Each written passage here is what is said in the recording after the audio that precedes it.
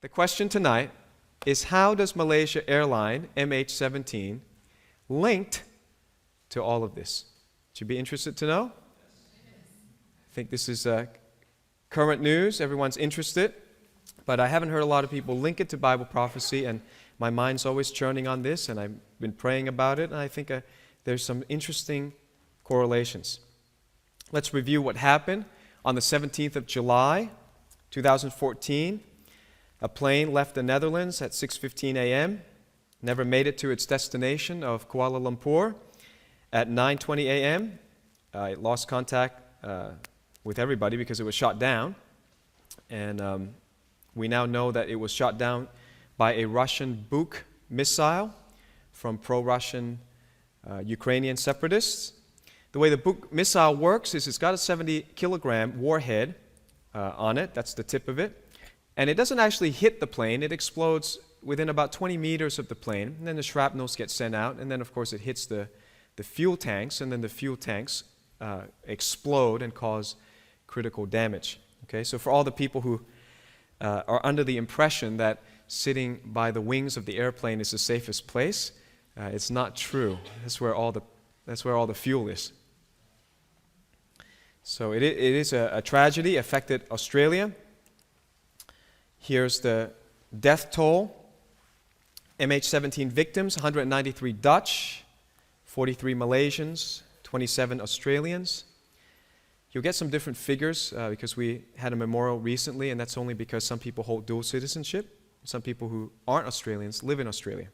So, be that as it may, 27 Australians died, 12 Indonesians, 10 Brits, 4 Germans, 4 Belgians, 3 Filipinos, 1 Canadian, 1 New Zealander. Right? Total of 298 people perished because of this terrorist act.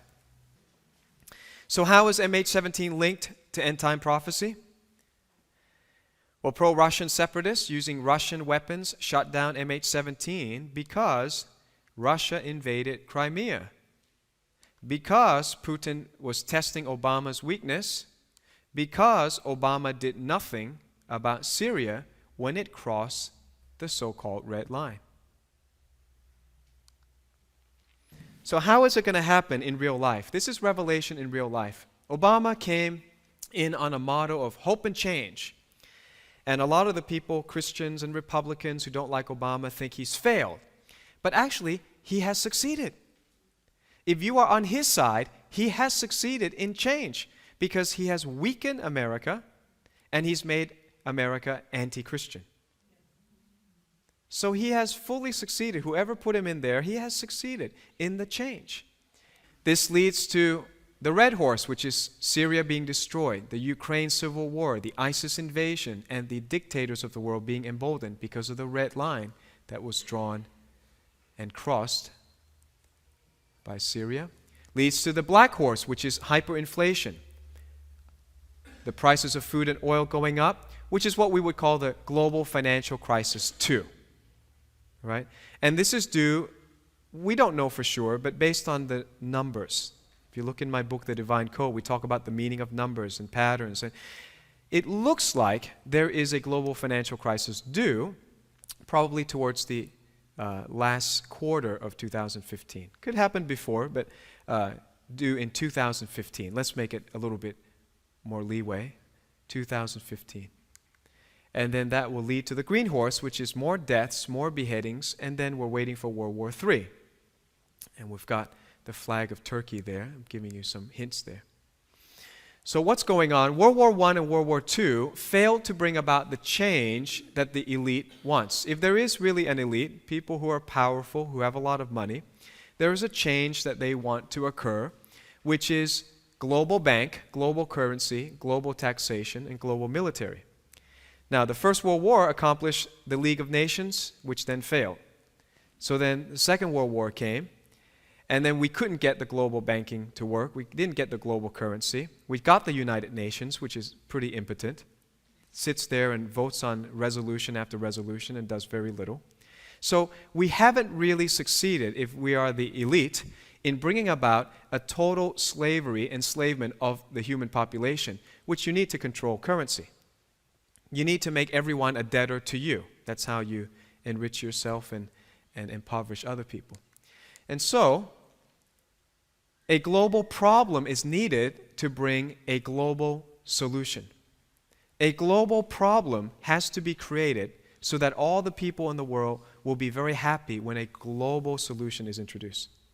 So you can't introduce the League of Nations without World War I. You can't introduce the United Nations without World War II. You can't introduce this whatever last piece that's missing without a World War III.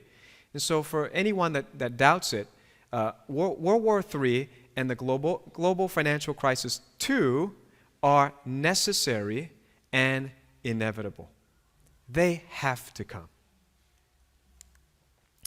And MH17 is simply a casualty of this change. There is a change brewing. And local problems need to become globalized so that everybody cares and everybody would accept giving up a little bit more of their freedom, giving up a little bit more of their rights, giving up a little bit more of their money. All right, let's close with real practical application. This is the part I want you to really, really open your heart and apply. There is a response from businessmen to the global financial destruction predicted in the book of Revelation. Would you care to see it? Revelation 18, verses 15 to 19. We're advancing a little bit in the timeline, but here is the response from businessmen.